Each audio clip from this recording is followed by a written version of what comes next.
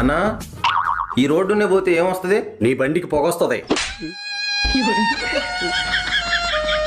అలా కాదన్నా, ఏ ఊరు వస్తుంది? ఊరు కన్నా ముందు ఒక బోర్డు వస్తుంది, అది చదువుకో. ఇంతకు నీకేం వచ్చిందన్నా?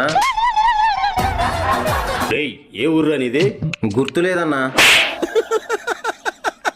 ఎంత బల్పురా నీకు? అయ్యో, అది కొనటానికి వెళ్తున్నా అన్నా.